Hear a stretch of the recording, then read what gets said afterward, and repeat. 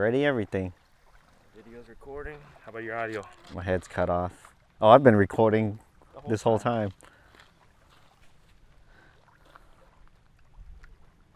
Is that good there? Yeah. I'm in the middle. Welcome to another episode of Beer Fish Fanatics. This is Granny with MaPop Fishing, and we have Kith with the Fishing Kit YouTube channel.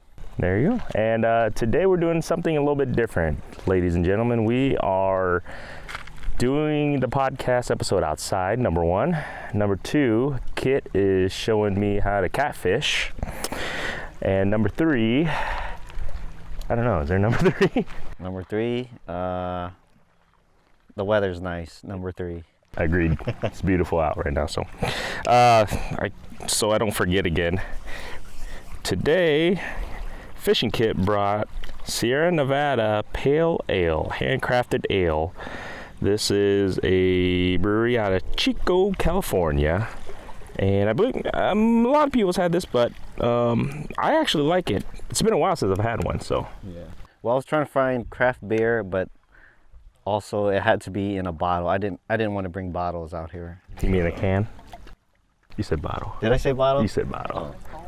All right. Well, we already know his issues when it comes to bottles, too. Yeah. Oh, speaking of that. I was looking for cans because I didn't want to bring bottles out here. There we go. But speaking of that, I still believe he still owes, whatchamacallit, donkey kicks. I don't know what we're going to do it today in any of these episodes or whatnot, but well, he owes sooner or later.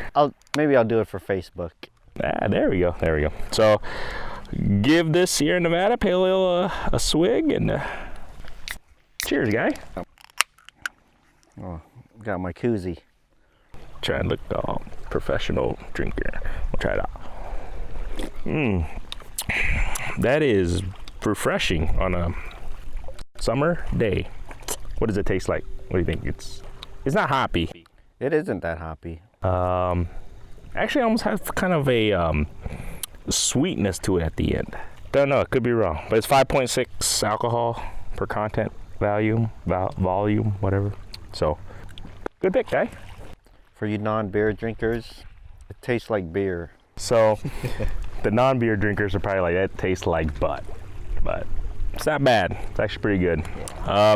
So this week, just so everybody knows, the last couple episodes, we've been talking a lot about catfishing poles, rods. We've had several guests recommend in regards to, specific poles and also reels, things like that. I took the pledge, everyone. So yes, finally, I don't know. He got a real setup now. I got a real setup, so I listened to these guys, and of course I went local. I went to get myself a Whisker Seeker catfishing rod, and it's currently right now has never caught a fish, so it's wet right now. And hopefully, if you guys hear something goes click, click, click, click, what we were talking about previous episodes is the bait clicker. Yeah. So hopefully, because Kit earlier today, he actually caught some shad for us. He threw a net and caught some shad, and hopefully we can catch some catfish. I really want to be able to bring some catfish home because I've been fishing the last 2 or 3 days, or not days, but last time out, I've caught 0. Me too. Actually, I caught one little white bass that was like 3 inches. So hopefully today, while doing this podcast, I guess you can say out in the waters, it brings us good luck in a sense, because all I know is I see on social media everybody catching but me. Usually when you're doing other stuff, that's when the fish bite, and we're doing other stuff right now. So hopefully. Yeah. If my mathematics add up, we should catch stuff. But this week I just wanted to actually pick Fishing Kit's brain a little bit about in regards to the difference, because everybody who's starting getting to fishing, they see a spinning reel and a bait casting reel. So when I first started fishing, I had no idea what the difference between the two. I always thought when someone was using a bait caster, they were just like professionals. And the spinning reel, it looks simple. You just open up the bail and let go of the line and it goes. And then you see somebody use a bait caster, it's like, wow. I mean, when I first started fishing, I was like, that is something cool. But over the years, I finally started getting into bait casting and kind of understanding it a little bit. But what's the difference, man? What do you think is the pros and cons, the difference between spinning and bait casting? What do you see? First pro makes you look like a pro to the casual fisherman. So I was right. Because there's a barrier of entry with bait casters. Because you can't just pick one up thinking you're gonna go out there and casting it, because it takes practice. And that's like one of the cons of using a bait caster, because you gotta fine tune it to your weight and how far you want to cast and if there's wind or not. But once you get all that stuff figured out, it's like I don't even think about it. You know, I throw it behind my back, either side, whatever, in the wind. See, that's a typical pro fisherman. They can do that, because I still have issues in regards to bait casting with the bird's nest once in a while. I don't have it as often. I did have it the other day using this new setup, and Kit was there and he just laughed. But I think that's a big turn off to people in regards to bait casting was the bird's nesting. So when what that is, if people don't really use bait casters, when you cast it, and the line, whether it's too, I guess you can say the spool, if you got it way too loose and it just, you know, goes completely berserk, and then your whole, your spool gets tangled up. So that's pretty much what a bird's nest is. And I think people who start using bait casting, that's the very first thing that they encounter when they first cast or two, and it kind of discourages them. But what I recommend, because what I did was I looked at YouTube, how to start using a bait caster, and it helped me.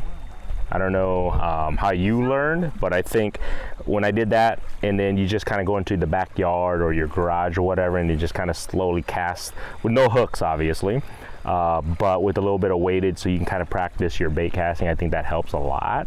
I guess you can say you can cast further with the bait caster, correct? Or Yes and no.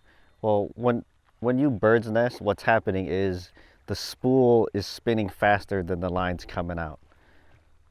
So that's why you get that backlash. So like the spool, like you got X amount of line coming out, opposed to, you know, your spool is spinning way too fast.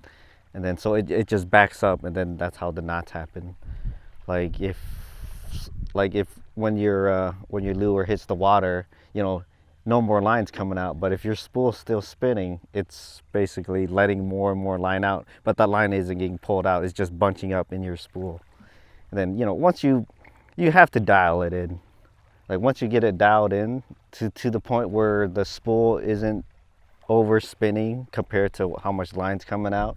That's why a lot of times they tell you to, like, once the lure or whatever bait hits the water, you stop the spool. That way your spool isn't spinning. And then that's how backlashes happen. So I think I'll put the link to one of Fishing Kit's videos that he's using his bait casting setup, because he usually uses it quite a bit to catch wipers.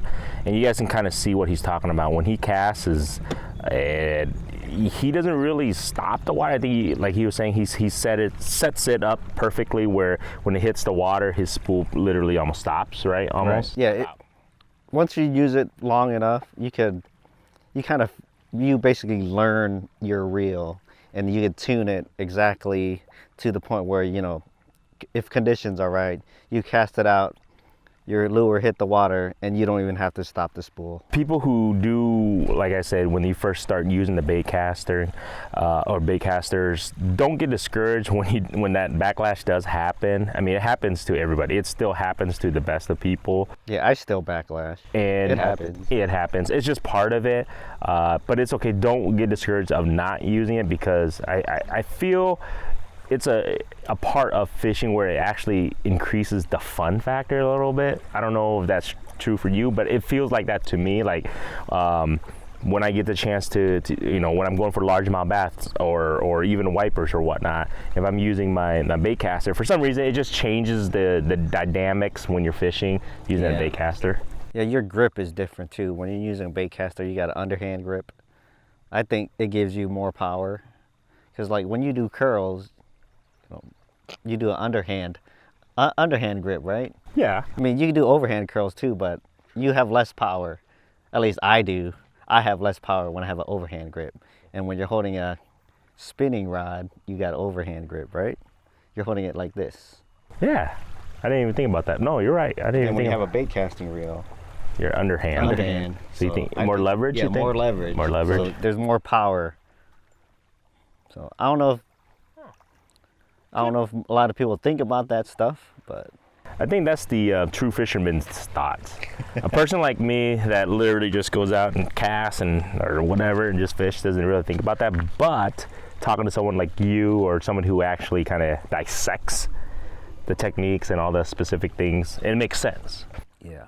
So that's interesting. So, oh, by the way, so everybody's listening or watching this, this is the first real true, I think you can say, video that I've ever done where it's actually fishing involved. Usually on the MaPop channel, I don't do any fishing, so like I said, hopefully you guys are bringing good luck and I can catch a fish. Would be ideal, because right now my wife's been laughing a lot that I haven't caught jack in a while. So hopefully the bait clicker goes, guys. We'll see though. See, another pro for a bait caster, you could put heavier line. So when you say heavier line, you're talking about like braided line? Braid or mono. Or mono. Because, well, I like using braid on bait caster and spinning reels, but like with spinning reels, it comes off the top. So the thicker your line, the more the curly cues, as you call.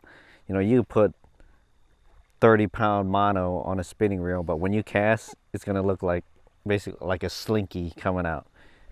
Opposed to if you put it on a bait caster, it's not coming off sideways, it's coming off like straight, so you won't have as much memory. I mean, mono's gonna have memory no matter what. I actually did a video.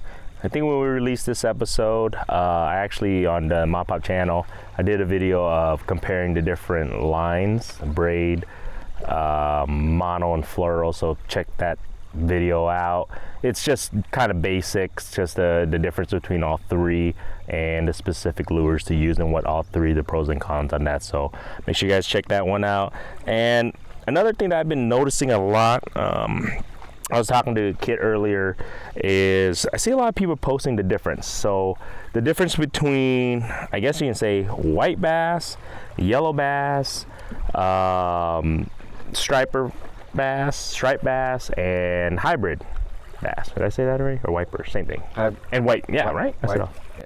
I think they call them, hybrid white bass, wiper. I think some states call them like sunshine bass or something like that. Yeah. So I see a lot of people, post up and they're just like, look at this, striper I caught. And we all know there's no striper in that vicinity, that area. But my thing is that, okay, so when you catch a white bass, you catch a wiper, you catch one of those, how do you tell that? Because I know you catch, obviously in your channel, if you guys go to the channel, he catches a lot of, decent, good sized wipers, and you know the difference right away. So for somebody like myself or somebody who doesn't fish too often, how do you tell the difference between, oh, this is a white bass, no, this is a wiper, no, this is a striped bass or yellow bass? So you got your white bass, yellow bass, hybrid, and striped bass, striper. Those are your temperate bass. If you're saying stripers and you live in Iowa, sorry to tell you, but those aren't stripers, because we just don't have stripers here. I think people just see a white fish with stripes, striper. I mean, and then they call wipers that too. Technically, they're half right, but also half wrong. Wiper is a hybrid between a white bass and a striped bass, ocean striped bass. Even though, oh, you just had a bite, dude. Had a bite. This could change. How come my clicker's not clicking?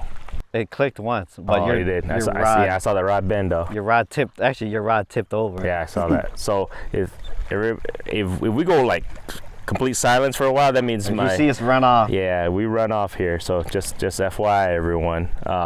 But anyways, I think the thing with the wiper, I might have broken the cherry on this. We'll see, everyone. Give me just a minute. Just wait. Just let the fish take it. Should I set it on the retrieve or no? No. Not yet. So, yeah, I just got a little bit quiet, everyone. Yeah, he had a couple bites on his catfish rod. Just reel up the slack. If you have any, then just put it back down. All right. So, anyways, false alarm, everyone. Well, we did get a bite though. Lucky him. Lucky me. So, anyways, we were talking about white bass and hybrids and how to distinguish the difference between all of them. The biggest thing I think with a wiper, like, okay, explain to me on a wiper. How do you tell you just caught a wiper? The only definitive way to tell a wiper is look at the tongue patch.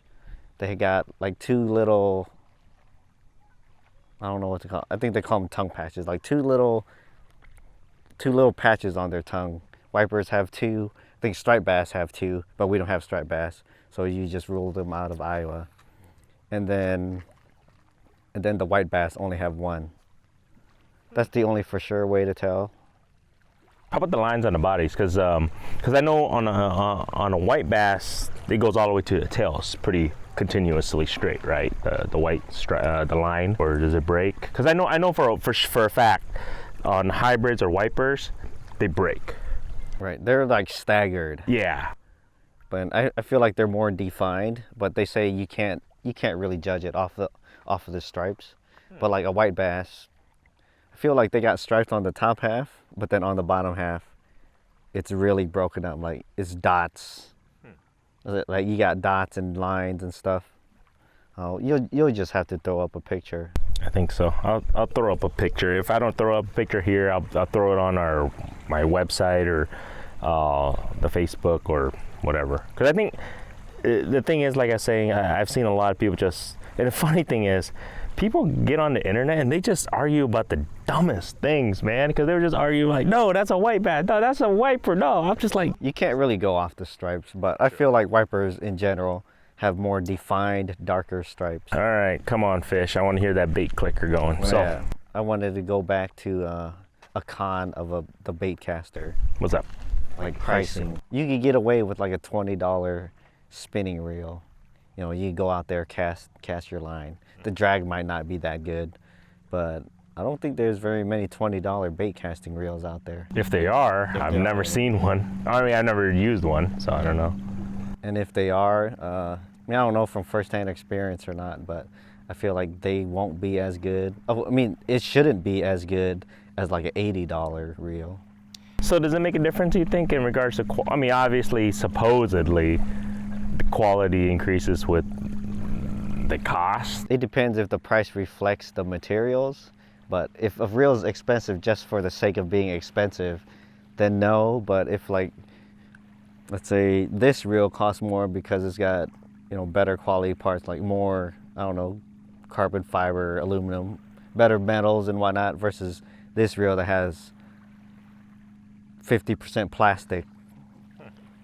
So that's where I could justify getting a more expensive reel. But like, let's say, just because this brand has this reel, even though it's comparable to this cheaper brand and the materials cost the same, you know, it can't really justify getting this one just because it's a better brand. So the biggest thing is know your components, I guess, a little. I just got back from Denver and my brother-in-law was just actually showing me the difference of specific reels that we were using and what the components had and what the marketing, I guess you can say, companies do the marketing wise in regards to like bearings and all that stuff. You'd be surprised. So definitely look at the components of what your reel has. If you're gonna spend that amount of money, you might as well spend 10 minutes, 15 minutes ahead of time actually just to find out the components and see, like you were saying, if it's kind of, I guess you can say, worth the money in a sense. Yeah, and more bearings doesn't necessarily mean better, because you go buy a Chinese $15 reel that has, you know, 9+ ball bearings and it costs $15, or you go buy like a Shimano mid-range reel, costs like $80, but it's only got 4 or 5 bearings. You'd be surprised where the bearings located, everybody. Just as a heads up, FYI. Yeah. You'll be very surprised where they put those bearings, because I found out that sometimes they count the bearings where it has no effect on the reel itself, but they still count it. It is what it is. But they're not lying. Yes, but it doesn't affect the I guess you can say the performance of the item. I want to throw out another rod, man. We'll do another episode here. We're gonna be out here for a while. Fishing Kit's gonna go and toss another rod or two out. I'm probably gonna try and toss another rod out. Hopefully you guys learn a little bit in regards to the difference between the bass species. A little bit we learn about the reels and everything, and we're out here fishing, man. I don't know, I'm having a good time. I don't have 4 little rugrats tugging on my leg and telling me I need this, daddy, so I can't complain. I'm having a beer with this guy, and I'm waiting right now patiently to see if we can catch a fish for you guys. So, and I'll definitely show it. If we catch a fish, definitely gonna be on the channel. I'm definitely gonna show it. So, other than that, until next time, guys. See ya.